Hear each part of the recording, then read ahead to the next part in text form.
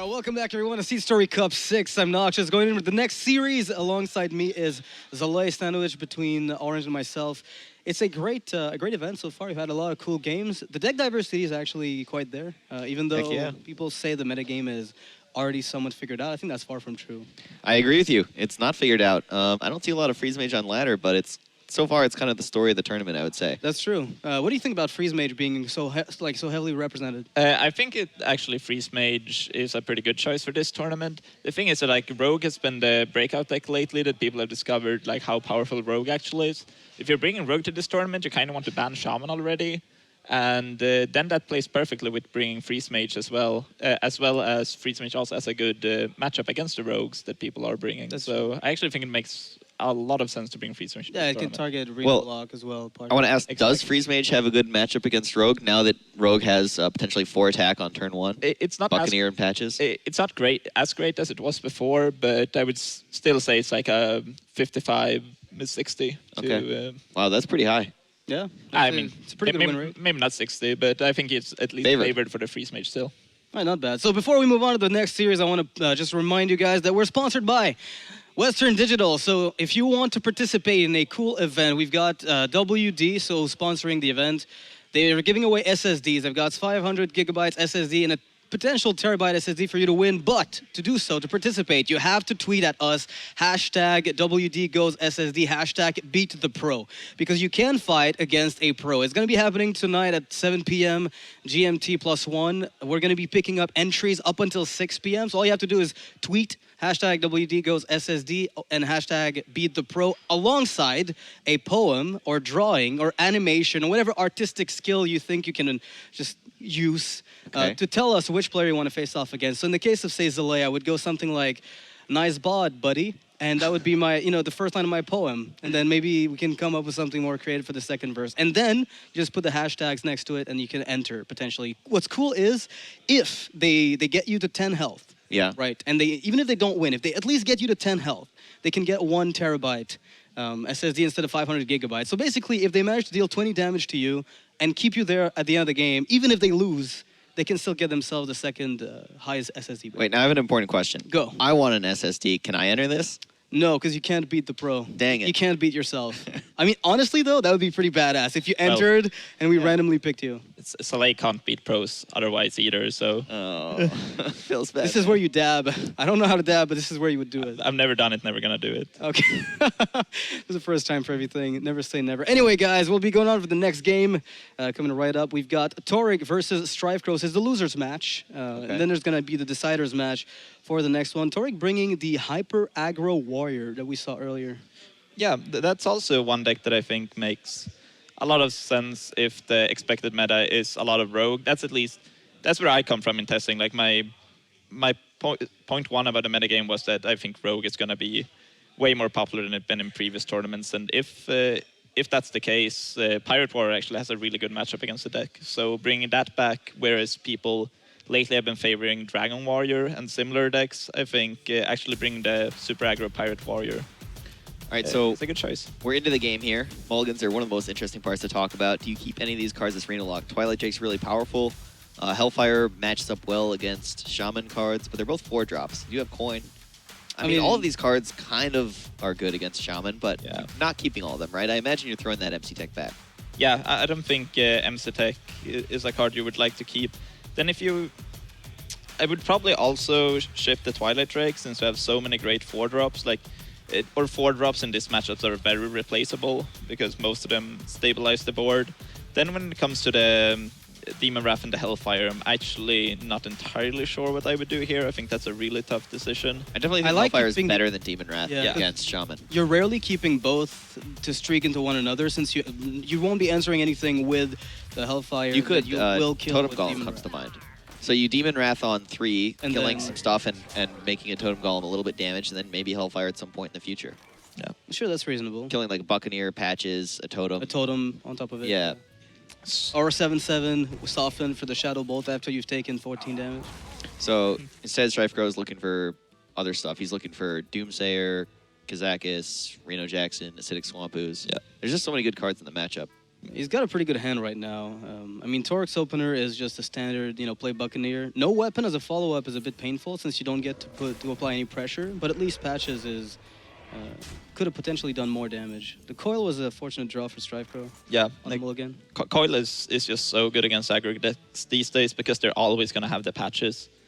So it's always going to be live. Yeah. One question. Your Reno lock, you're on the play. Do you keep Coil? Yes. Okay. I think I keep Coil almost no matter Against what. every against patches the deck. Okay. decks with patches, yeah. I don't like this Coin King boss. I actually liked tap because you have Coin Hellfire. The other way around, though, you do have second-rate Bruiser for next turn. Okay. If That's a good point. If your opponent Yeah, actually, that's a really good point. plays another minion. It's strong either way. Yeah, okay, I like this line as well. Yeah, we get tricked by second-rate Bruiser's mana cost showing 5, when in truth, like usually at this point in the game, it's enabled at 3 mana. This is probably one of the cards that people least expected to be as good as it turned out. Yeah. From what I've seen. I know myself that when I saw second-rate Bruiser, I was like, oh, okay, just another pretty bad rare, and scrolled past it, but the first time I saw it, I think it was Sifka that came up with the first popular green lock list, and it had a second-rate Bruiser in it. Just like after drawing the first time against a Pirate Warrior deck, I'm like, this card's actually really good. Yeah, I think second-rate Bruiser is excellent. I definitely underestimated it. Like, when I looked at it, I was like, okay, well, there's a metagame where this card is good if people are flooding the board enough, but that typically is not how Hearthstone metagames look. But in this metagame, Patches is a card. Yeah. And it's not just a card, it's probably the best card in Hearthstone, I would say. And it's everywhere, and so that just makes it much easier to activate second-rate Bruiser, makes it a really solid card. Yeah, so we were probably evaluating things from last metagame, which was a lot of like Malagos Druid and mid-range Shaman that didn't really flood the board the same way, but just if Patches wasn't printed, I don't think that second-rate Bruiser would see play at all. Exactly. But, only because of Patches. Yeah, the requirements would be like a typical Zoo or Feral Spirit turn from the Shaman. Otherwise, it just wouldn't be enabled on turn 3 almost ever. Good point. All right, so second-rate Bruiser here, soaking up a lot of damage, but Small-Time Buccaneer's been alive for quite a while now. Luckily, there was no weapon. That would have been a bit more damage. It's a good Hellfire turn. Yeah. Yeah, great Hellfire, but Torlk has also set this up, so even if he gets swept here, I think he knows that Hellfire could come down here. There's a card that's been in Strifecro's hand since the opener can, at this point, only really be like Hellfire or Reno. But he's set up so he can play Flameweird Faceless if he gets swept here. You could freeze with Kazakus, I guess, if you wanted. Yeah. There's no polymorph option, so there's like 72 combinations possibility, I think. Yeah, Kazakus for 1 seems correct here. And Freeze! there's freeze. I guess Nailed it. Into Siphon Soul for turn 6. Yeah. Now I would say that Strifecro is looking to be in really good shape. But this is Draw also card. one of the incredibly tough matchups for the Shaman. I've struggled a lot with this, being on the Shaman side myself. As the aggro? Yeah, as the aggro Shaman. Reno Jackson is a close to impossible card to beat most of the time. And they have so many good tools to stop your early game between the Coil, the Doomsayer, the second-rate Bruiser. The only way you really win this matchup is by sheathing them with the 7/7.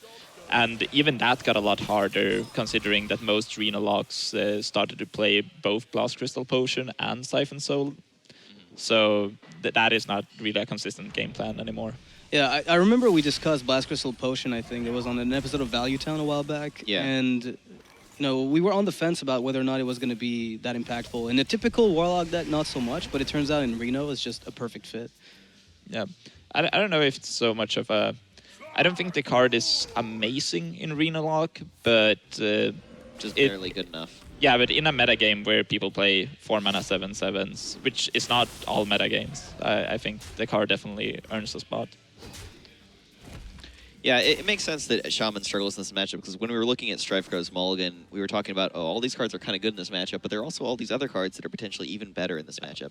And look at this turn. Do you MC Tech first, or... Do you just everything in his hand is like pretty powerful right now. Yeah, the Enforcer's looking appealing. Yeah, just clear. Yeah, you go down to 14. Your opponent has 1 card in hand. You have a freshman vendor to live long enough to access for another heal. Yeah, I would definitely say that. Just Enforcer. Enforcer is so strong because it's it doesn't only just like clear all the small stuff. It's a really fast clock as well. Yeah, I think the Enforcer kind of pushed out Fellfire Potion by default. Out of the deck, initially people were thinking, all right, we're going to run Fellfire Potion, Hellfire, Demon Wrath, and all the AoE, and then Abyssal Enforcer says, well, you don't need to take 5. Very often you'll be able to, soften up the board enough by that point that I'll just clean up everything against aggro. Less so against some of the slower decks, though. I mean, if you just look at what the card does, it's a Hellfire and then a 3-mana 6/6 that doesn't cost a card attached to it, right? That's pretty good. The stats are just there. Yeah, they printed a lot of good AoE spells for Renalock, so even... I think Fellfire Potion is a pretty decent card, but Renalock just has better options and we don't need that many sweepers in the deck. He already has Weapon Destruction, so Bloodsail Corsair not that great. Probably just Immortal Coil. Yeah. Huh? Do you have a Corruption here? I mean, you could... No, you have Demon Wrath for that. Oh, Apparently we do. interesting. I think Coil is not... Like, what value are you looking for? A Searing Totem, finishing off a Totem, or a 3 health minion after Demon Wrath, for instance? But... And this is just not... It's fine. Every line wins.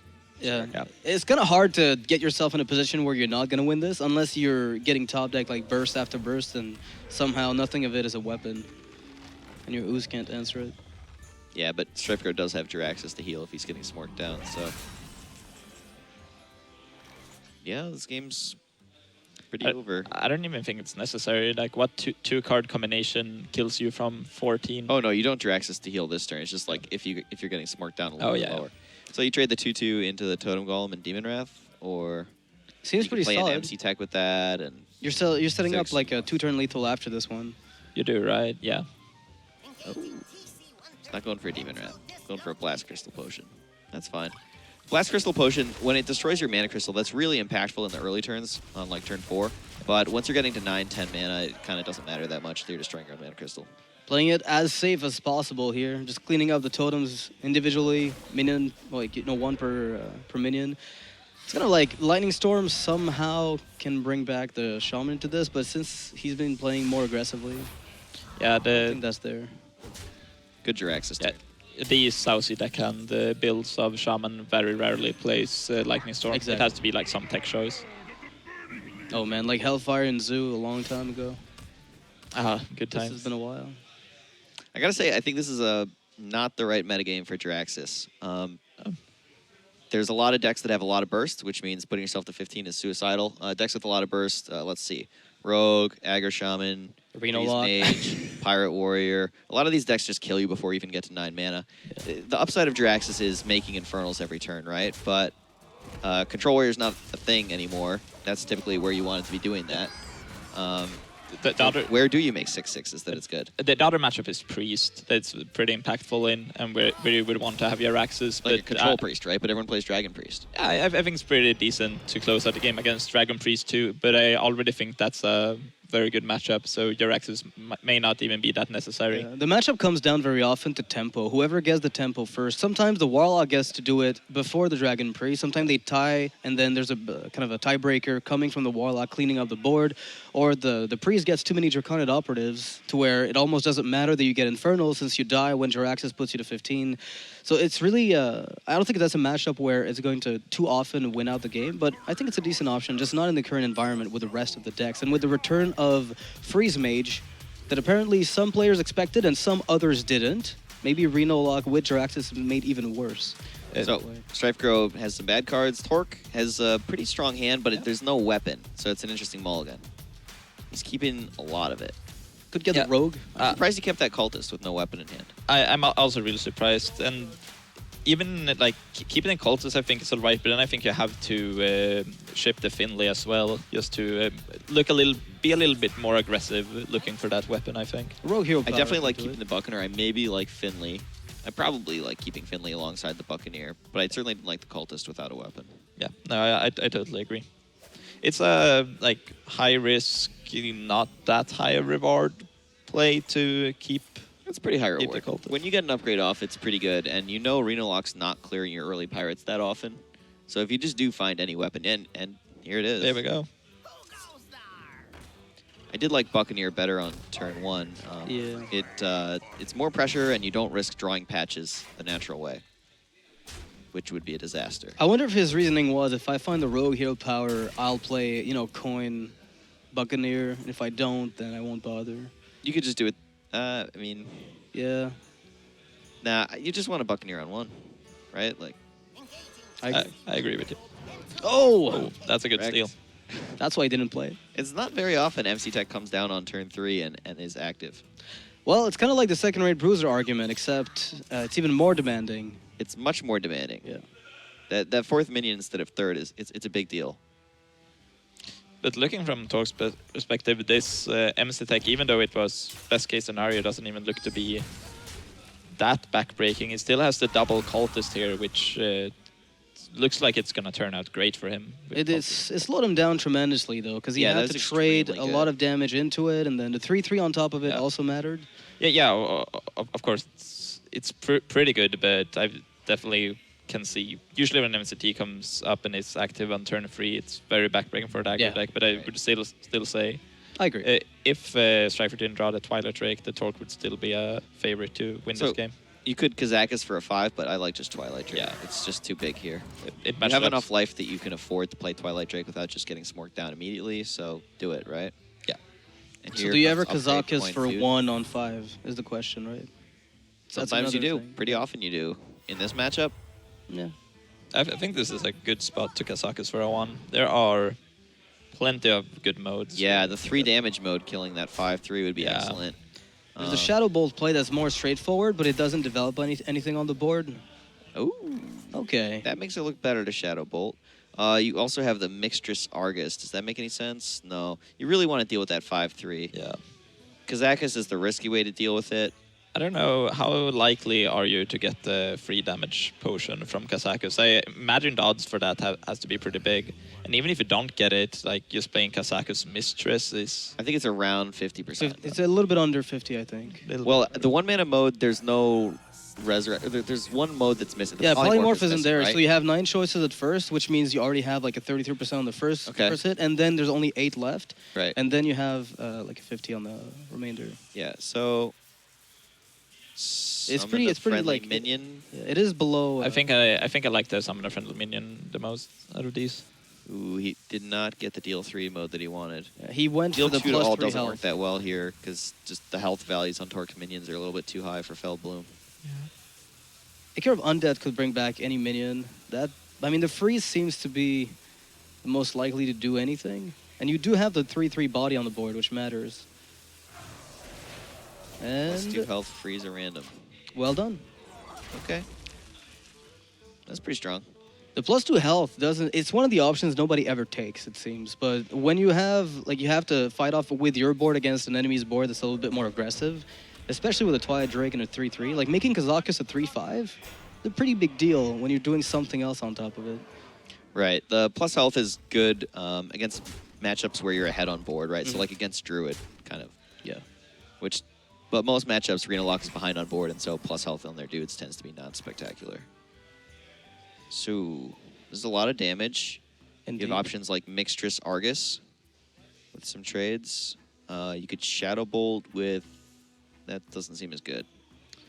Taunting up when you're at 11 life seems... Yeah, so you Argus It's like the a right good play. 2, and you put the Twilight Drake into the 3/3, and that way you have the maximum taunted up health, and you also have taunt on the thing that heals you when it dies, so seems good. Ooh.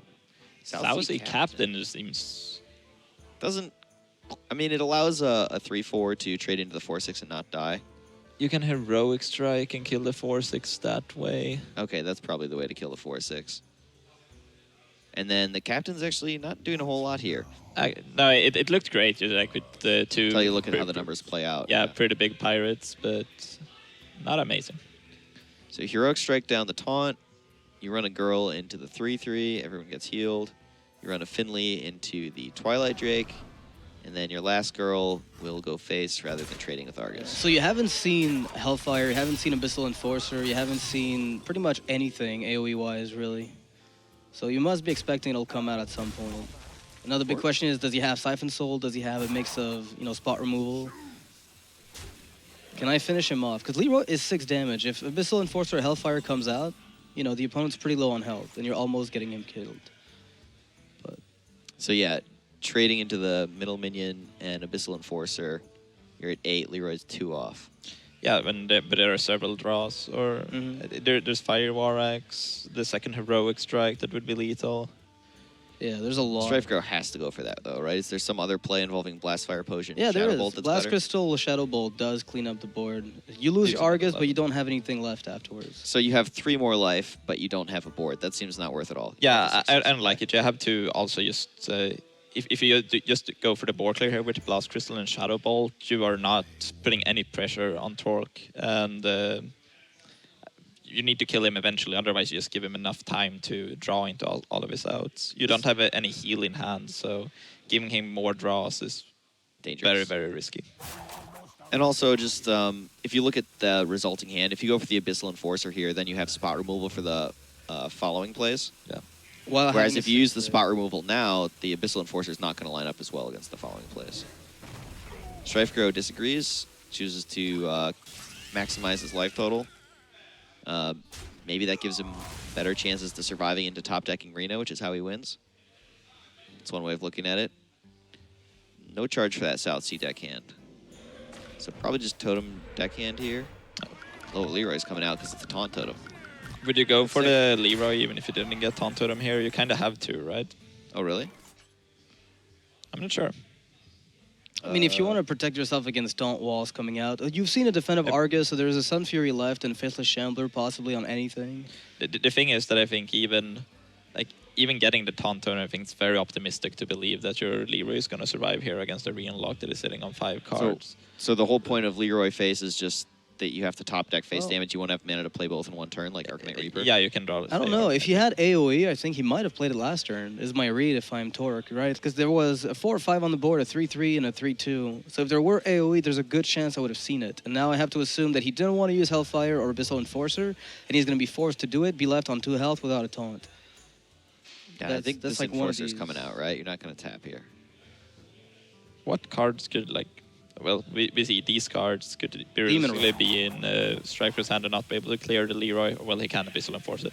But I think it's like, there are very few combinations of 5 cards that would not be able to kill a Leroy here. Just like looking at how Reno decks are usually. But even if he can kill the Reno, it does kind of constrain his turn, right? It prevents him from playing Emperor, for instance. That's a very good point. And that's lethal for Torlk. Yep. Ties up the series. Yeah, the South Sea deckhand was interesting because we've seen a lot of the early builds of Aggro Warrior containing the South Seas, and then for some reason it got phased out. People started playing, Dread Corsairs, just the all-in version with Moral Strikes, and cut out the kind of the mid-rangey approach a little bit. The problem with South Sea deckhand is that the card is so weak to everything that is already really good against Pirate Warrior, right. So therefore you would want to cut down on them so you don't expose your deck even more to the hate that people are bringing towards Pirate Warrior. Okay, so now Strifecro has Rogue or Druid to try and counter this Pirate Warrior. Rogue is quite weak, I think, against Pirate Warrior because it doesn't have any heals or taunts and it's just slower. So it's like losing the race and it doesn't have the defensive tools it needs to survive, right? So Strifecro is going with Druid. And it's a Jade Druid. I think Jade Druid, if built the right way, is it's okay. Is quite good in this matchup. Like cards like Ancient Noir really just brick wall the Pirate Warrior if you can get there. But with Innervates and 4 Wild Groves, that's usually not that impossible. Yeah, it's actually pretty reasonable to get it. Just consistently, you have so much ramp, double Jade Blossom, double Growth. That's like 4 extra ramp just in the form of spells. One of the things, too, is that getting the Jade Idols early tends to do so much work against those aggressive decks. Because the second you get like a 3-3 or 4-4, it starts becoming kind of tough for them to clear them out. Yeah. Jade Behemoth is insanely good in this matchup. It gives you a taunt that they have to go through as well as a minion that helps you clear up whatever they still have left on board. And we also see a card that we have not seen a whole lot in Jade Druid in Defender of Argus from Strifecro. I guess he uses that for when he gets a bit of bigger Jade Druids, just to have them be defensive as well. Yep. I haven't played Defender of Argus myself, but I could see it being alright in this deck. Although I would still prefer to just play more big taunts like Druid of the Claw, Second Rate Bruiser, or Ancient Noir over Defender of Argus. That's my instinct as well. And it's kind of interesting. The 2-3 kept by Torlk, I mean, it did pull out patches. It seemed like it worked out well. Yeah, I think that was the intent behind keeping it. It's like, even if I don't have a weapon, at least it brings out a 1/1. So effectively, it's a 3/4 for 2 mana, and then he has to spread his damage and removal as a druid. Without swipe, that's not very easy to do. I totally agree with the keep. You want to have, as the warrior in this matchup, you want to have just as many minions with high health as possible, so you don't. One of the easiest way for Strifecro to stabilize is via good swipe, but if you just keep like frothing some blood sales, it's really hard for him to get a turn where he can do those kinds of plays. So, gotta just play the Fandral here. Are you Yeah. gonna Wrath and Hero Power? No, right? Because I don't think Wrath and Hero Power is that terrible, considering you can coin the Aya into a possible defender of Argus. Yeah, that's right. I mean, you do get the extra body on the board, and if the warrior doesn't trade into it because he wants to force you to make the trade, then you can get a decent follow-up. That's an interesting combination. You know, the Aya Blackball would defend of Argus. Not really one. And even the Behemoth, you know, summoning another minion. If anything sticks, then you've got a really good taunt wall. right. So, I don't know. Fandral kind of traded the same stuff as Wrath Hero Power. I guess Fandral can get better here. It's in the future with Feral Rage. The thing So with this is Coin Aya, right? Setting up for that Argus. yeah, You could Feral Rage down the Frothing. the Fandral play also plays terribly into his turn 5. That could very realistic Reaper. be Arcanite Reaper. Okay. That's Your true. opponent just keeps pushing with the Corcoran Elite, and you're put in the kind of same spot as you were before. Great point. And a steady shot, pick up early. Was a good one. So Torlk has Steady Shot and Mortal Strike, so pretty appealing to be smorking. It's interesting, if you trade with Finley, it actually pushes more face damage, right? Because it buffs the Frothing by 2. Yeah. So he could play some dudes, trade the Finley, and go face with the Frothing. Or maybe you just go face with the Finley. You miss that 1 extra face damage, but it's a little bit harder for Strifecro to deal with your board. Yeah, but the problem is then he gets a decent board, right? Because the Frothing doesn't get to trade against Aya. Assuming there's going to be a trade at all, right? Assuming we're using minions to trade here, if the Frothing stays at 2/4, then Aya Blackball gets a really good trade up, or trade down rather. Value trades are just really good for Strifecro if there's no attack from Finley. Oh, he decides to go for a slower game. I guess Torque's line is to try and top deck some weapon. I think it's about And, time he gets one, really. Yeah, I mean, he has Well, plenty in his deck, that's for sure. It's been a while, and it's for that deck. How many weapons does it run? Like 4 baseline plus the Nazaz First Mates? That's like 6. You can actually... Does Nourish for Crystals work here? If you would wanted the Feral Rage, no, it doesn't make too much sense.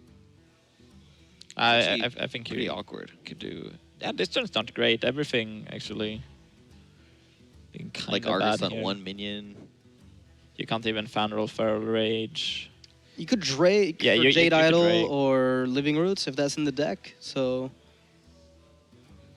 it's another line, but it's playing to your outs pretty heavily. The thing is, your turn 7 is likely going to be Fandral Feral Rage if you go for that. So the question is, do you want to be greedy with that Fandral? Do you want to just play it right now as a body, or would you rather Drake? Do you think drawing for cards with Nourish is more likely to give you the Jade Idol or the Living Roots you want? I would much rather Drake on this Yeah. board, Yep. mostly because just the body lines up way better against what Torque has on board. Yeah, you're going to just Drake and trade into that Frothing, right? Oh, he's going for the Fandral. That's what I would do. So you trade the Aya into the 4/2? Yes. That Frothing Berserker has to die. Yep. Yeah, that's way too much damage. It's kind of interesting to see how little Ravaging Ghoul we've seen since the expansion rotated. It was so good just before in the previous metagame. We've Well, seen very little of it now. I think it actually makes still sense think it's because- great. Well, it can be strong. The issue with the way it got worse is just that Warrior is more aggressive and on board more, which means Yeah. the Ravaging Ghoul is doing more damage to your own team these Yeah. days. When Warrior wants to play patches themselves, Right. Ravening Ghoul can be kind of anti-synergistic, but I've been liking having one Ravening Ghoul in Dragon Warrior, for example, that is not as reliant on getting the early aggression on with the patches, but mostly use it as a removal tool. Yeah, I think that's the deck I was surprised about seeing it leave the most. It's just Dragon Warrior seems to play that card so much with the Frothing Berserker that seeing it go was kind of surprising. But it makes sense when you have a choice between getting 1 damage in the forms of patches with Pirates or Ravaging Ghoul. He picks up his own minion. Nice card. Nice card. It's off mulch though, right? He did Yeah, that. it's not. Wouldn't that be sick? And this is the second Jade Idol, but Strifecro is never going to shuffle copies into his deck. In matchups like this, you always just make the body. Unless Fandral lives, I guess that's the one scenario where that Yeah, happens. then he accidentally shuffles them into his deck, but it's not the point of the play. Yeah. All right, But so Azure Drake value trades. We have a decent Defender of Argus Feral Rage if we want. We can also Fandral into Feral Rage and clear that way. But if we go for a Fandral Feral Rage and just clear most of the board, are we in risk of dying from our opponent being going to 8 mana next turn? I mean, you can always just get double Heroic Strike into Nightmares, but the truth is, I think keeping Argus for Jade Spirit on 8 is very reasonable here. You die to 11 from hand after he steady shots. Yeah, exactly. I actually do agree with this play. I think we have all the tools we kind of need to win this game. Just don't die. Exactly. With the Nourish, we have like lots of ways to draw into more taunts and or the second Feral Rage. So just going for the safest line of play here.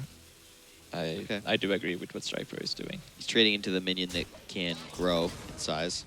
Yeah. It's a 1-2 now, but it's going to be a 3-2 if a weapon gets picked up. And indeed it is. Saucy Deckhand dealing with that Azure Drake very cleanly. Right. With steady Better late than never, right? Yeah, absolutely. Smork. And 4 more to the face.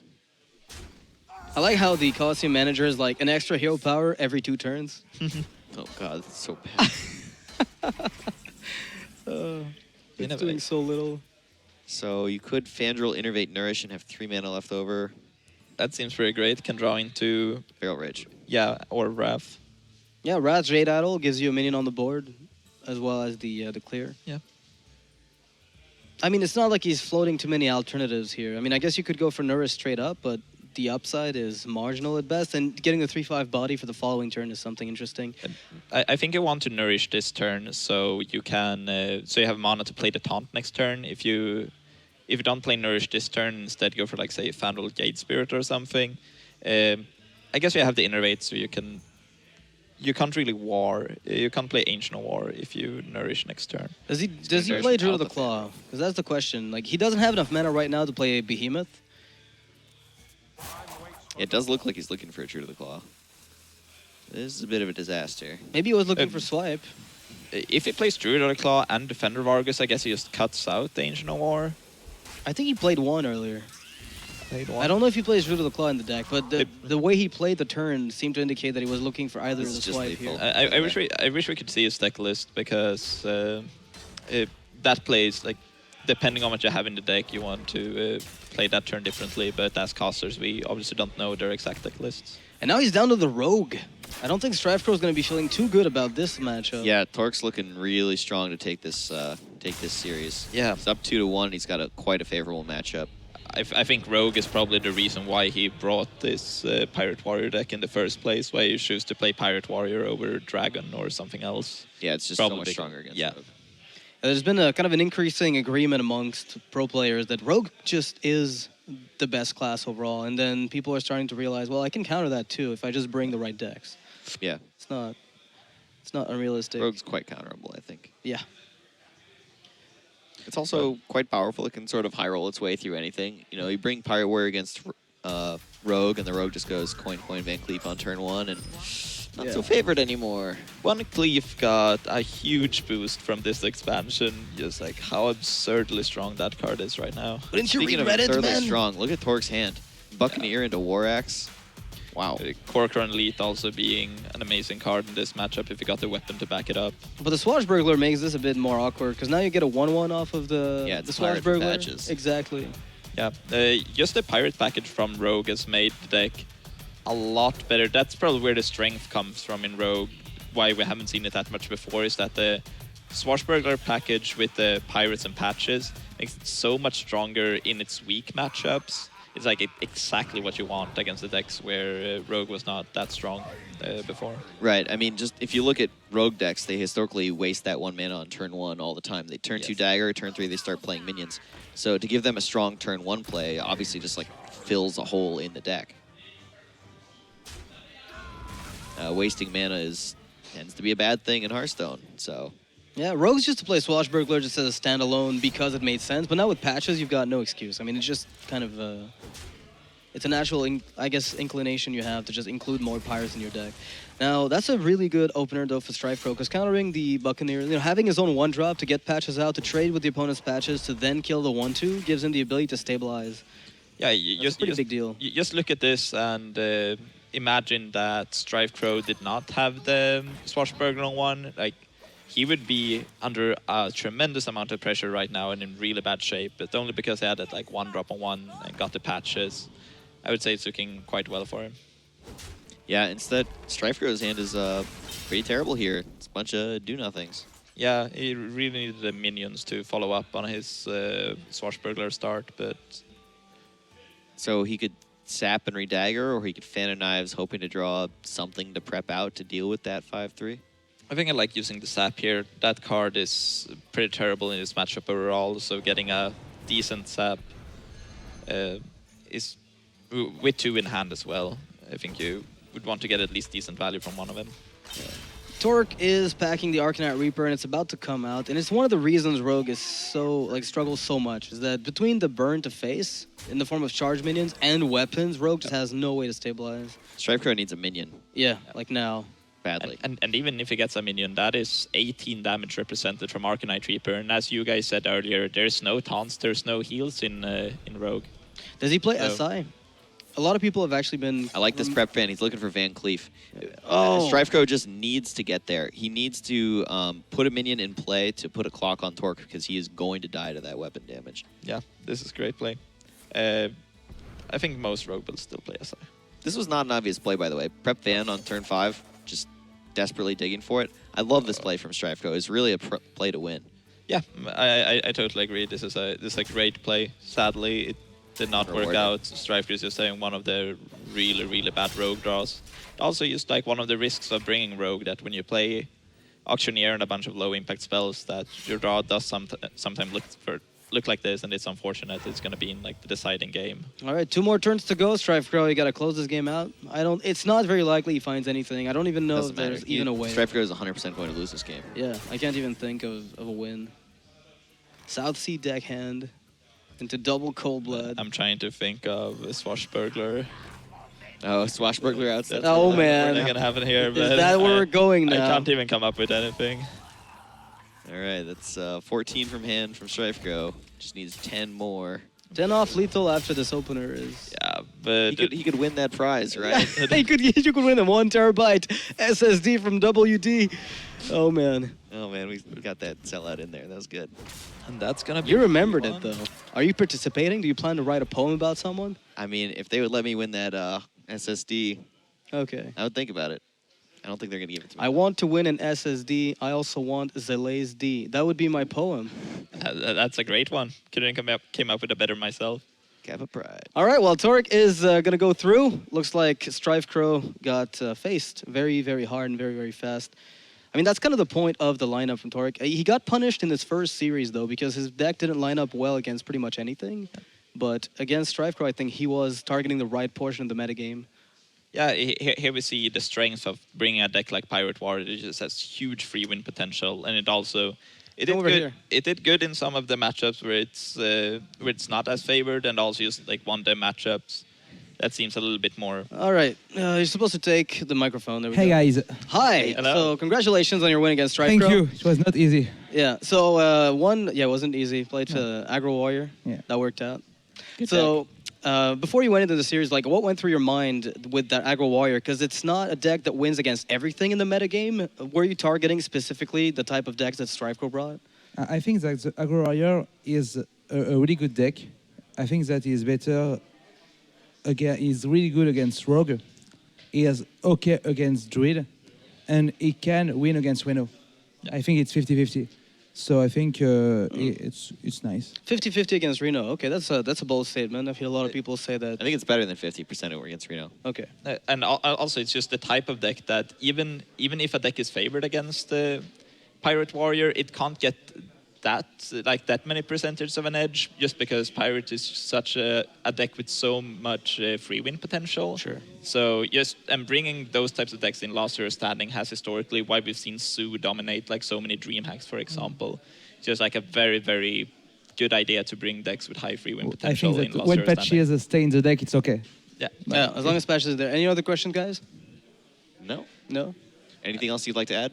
Sorry? Anything else you'd like to add? Any No. shout- To all your thanks, fans out there. Thanks, French community, for follow me, and thanks to you guys. All right. Well, good luck on your next matches. Thank you. Good luck, and may the Control Warrior eventually make a comeback. I Maybe hope. one day. I don't think it's happening now. No. We will see. Not anytime Thanks. soon.